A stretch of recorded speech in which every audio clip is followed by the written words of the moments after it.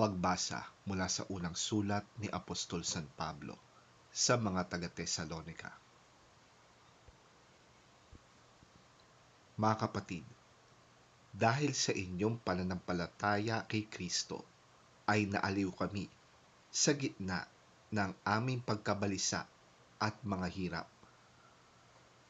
Nabuhayan kami ng loob dahil sa inyong pananatiling matatag sa pananampalataya.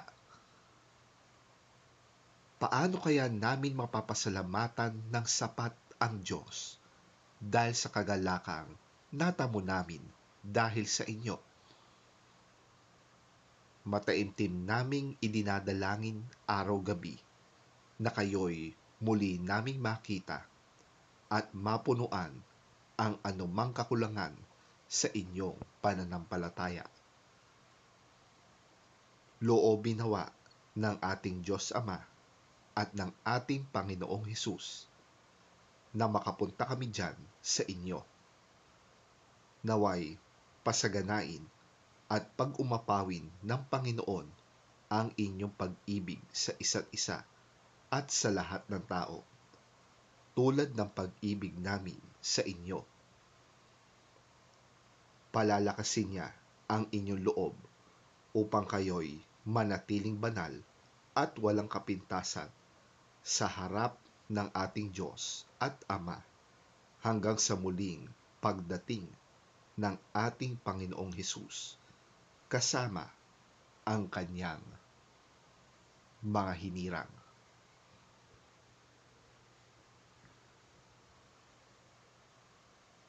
Ang salita ng Diyos. Salamat sa Diyos.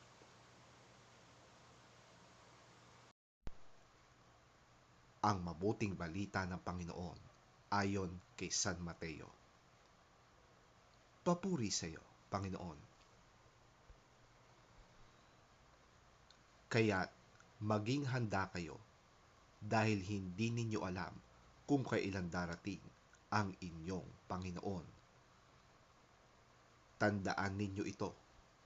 Kung alam ng may-ari ng bahay kung anong oras sa gabi darating ang magnanakaw, siya'y maghahanda at hindi niya pababayaang pasukin ang kanyang bahay. Kaya't lagi kayong maging handa sapagkat darating ang Anak ng Tao sa oras na hindi ninyo nalalaman. Sino ang tapat at matalinong alipin? Hindi ba't ang pinamamahala ng kanyang Panginoon upang magpakain sa iba pang mga alipin sa takdang oras? Mapalad ang aliping yon kapag dinatnan siyang tapat na naglilingkod sa pagbabalik ng kanyang Panginoon. Sinasabi ko sa inyo, gagawin siyang tagapamahala ng kanyang Panginoon sa lahat ng mga ari-arian nito. Ngunit kung masama ang aliping yon, sasabihin niya sa kanyang sarili, matatagalan pa ang pagbabalik ng aking Panginoon.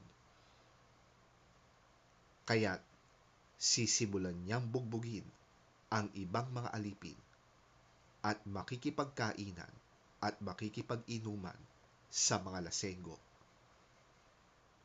Babalik ang Panginoon ng aliping yon sa araw na hindi niya inaasahan at sa oras na hindi niya alam. Buong higpit siyang paparusahan ng kanyang Panginoon at pagkatapos ay isasama sa mga mapagkunwari. Dooy tatangis siya at magngangalit ang ngipin.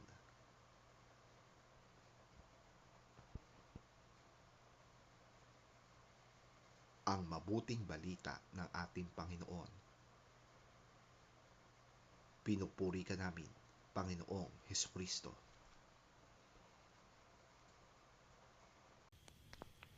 Therefore keep watch, because you do not know on what day your Lord will come.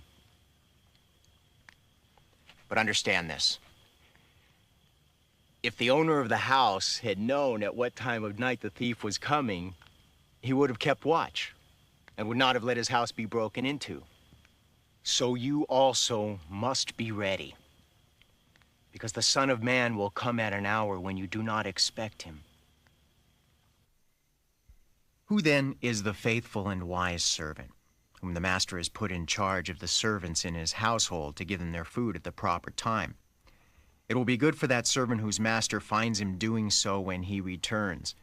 I tell you the truth, he will put him in charge of all his possessions. But suppose that servant is wicked and says to himself, "My master is staying away a long time." And he then begins to beat his fellow servants and to eat and drink with drunkards. The master of that servant will come on a day when he does not expect him, and at an hour he is not aware of. He will cut him to pieces and assign him a place with the hypocrites, where there will be weeping and gnashing of teeth.